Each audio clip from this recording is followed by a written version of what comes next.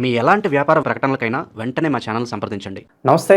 ఈరోజు మన స్టూడియోలో ప్రముఖ ఆధ్యాత్మికవేత్త, వేదిక్ ఆస్ట్రాలజర్ అవినాష్ దాస్ గారు మనతో ఉన్నారు. గురుగారితో మాట్లాడదాం.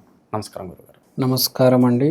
ఓం నమ శివాయ, ఓం నమో వెంకటేశాయ. సో ఆగస్టు మాసం, శ్రావణ మాసం, వృశ్చిక రాశి వారి పరిస్థితి ఎలా ఉండబోతుంది? ప్రజెంట్ వీళ్ళ టైం ఎలా నడుస్తుంది? ఎలాంటి జాగ్రత్తలు తీసుకుంటే బాగుంటుంది అంటారు? వృశ్చిక రాశి టైం ఎలా నడుస్తుంది? Nice question. టైం అంటే ఈసారి ఏ రాశి వాళ్ళైనా కేతు ఎక్కడుంది చూసుకోవాలి. మీ టైం ఎలా నడుస్తుంది అంటే మీ కేతు ఎక్కడుంది, ఎలా ఉంది.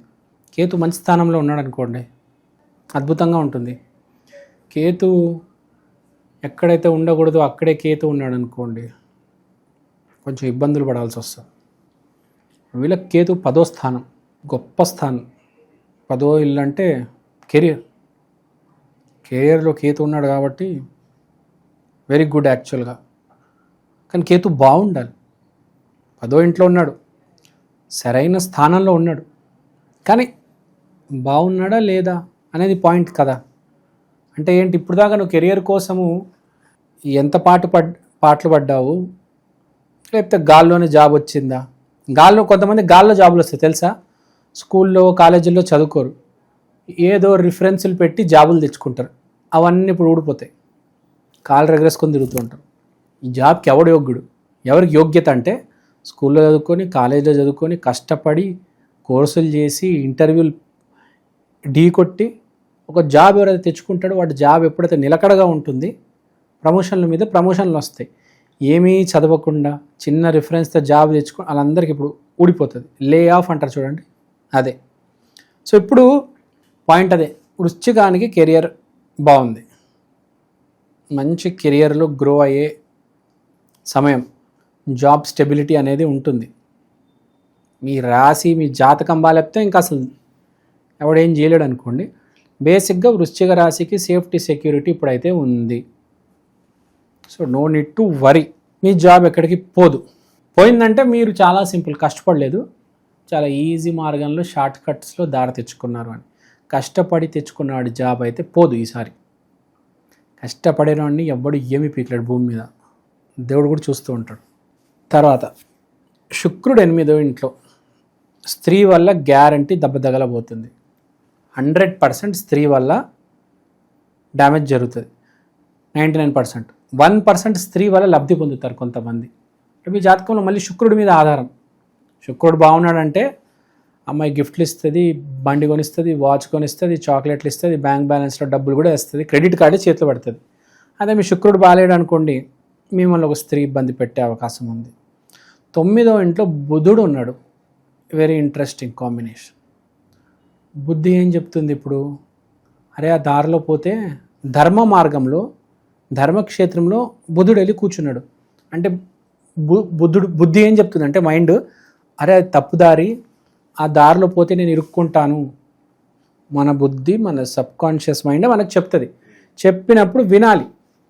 వినకుండా కకృతి పడే, అమ్మ దారిలో పోతే డబ్బులు వస్తాయి, గిఫ్ట్లు దొరుకుతాయి అని ఏవేవో అనుకున్నారా, చాలా దారుణంగా ఇరుక్కుంటారు. పోలీస్ కేసులు అవుతాయి మీ మీద. వేధించారని, తప్పు మెసేజ్లు పెట్టారని, ఫోన్లో ఇది చేశారని, అది చేశారని, వీడియోలని, ఆడియోలని. స్త్రీమూర్తి ఇబ్బంది పడుతుంది. సో ఏ మార్గంలో వెళ్తున్నారో చూసుకోండి, జాగ్రత్త. తర్వాత కెరియర్ బాగా ప్లస్లో ఉంది. ఇలాంటి టైంలో మీరు ఒక స్త్రీ వాళ్ళు ఇబ్బంది పడ్డారనుకోండి, మీకు డ్యామేజ్, మీ కెరియర్కి డ్యామేజ్, మీ జాబ్ కూడా పోవచ్చు. సో సరైన దారిలో సరైన నిర్ణయం తీసుకోండి. బుద్ధి ధర్మక్షేత్రంలో ఉండేవాడు, ధర్మ మార్గంలో ఎంచుకొని సరైన అమ్మాయిని సెలెక్ట్ చేస్తే మన కెరియర్ సేఫ్ ఉంటుంది, ఆ అమ్మాయి కూడా మనతో బాగుంటుంది, అన్నీ ఆల్ ఓవర్గా బాగుంటాయి. లేదు, కాదు, కూడదు, కకృతి పడి ఆ అమ్మాయి బాగుంది, ఆ అమ్మాయి అందంగా ఉందని కకృతి పడిపోయారా, మీ జాబ్ పోతుంది. ఆ అమ్మాయి వల్ల మీరు కూడా జైల్లో 2-3 రోజులు ఉండాల్సి వస్తుంది. తర్వాత కుజుడు 11th ఇంట్లో, అంటే కుజుడు 11వ స్థానంలో ఉన్నాడు. అంటే విపరీతమైన ధైర్యం. ఇదే మైనస్ కూడా అవ్వచ్చు, ప్లస్ కూడా అవ్వచ్చు. ఏమవుతుందా దారిలో పోతే? ఏమవుతుంది అసలు? వాడేసి వదిలేస్తా నేను, మనని మించి ఎవడని ఉన్నాడా, చూసుకుందాం, జీవితం ఉంది అనుభవించడానికి అని వెళ్తే ధైర్యం చూపించి రివర్స్ అయిపోద్ది. ఏం లేదు, మంచిగా ఆమె కేసులు పెడుతుంది మీ మీద, బెయిల్ కూడా రాదు, జైల్లో హ్యాపీగా 6 నెలలు గడవచ్చు. చంచల్ కూడా చర్లపల్లి హ్యాపీగా ఉండొచ్చు, మిమ్మల్ని ఎవ్వడు ఆపడు. అల్లు అర్జునే ఉన్నారు మీరెంత. సో ధైర్యం ఉందని చెప్పేసి ఫోన్ నెంబర్ దొరికింది పరిచయం అయిందని చెప్పేసి తప్పు. టైంపాస్ చేయడానికి ప్రేమించొద్దు. సీరియస్గా మీరు పెళ్ళి చేసుకునే ఉద్దేశం ఉంటేనే ప్రేమించండి. టైంపాస్ చేసే ఉద్దేశం అది కూడా ఈ మాసంలో, శ్రవణ మాసంలో చేస్తే డ్యామేజ్ మీకే జరుగుతుంది. వృశ్చిక రాశి వాళ్ళకి చెప్తున్నా. కొంచెం కకృతిగా అనిపిస్తుంది, కొంచెం లిమిట్లో ఉండండి. చాలా డేంజర్. పోలీస్ స్టేషన్కి వెళ్ళే మంచి యోగం ఉంది, కొంచెం జాగ్రత్తగా ఉండండి. కెరియర్ బాగుంది, కెరియర్ని పాడు చేసుకోవద్దు. మంచి వ్యాపారం నడుస్తుంది.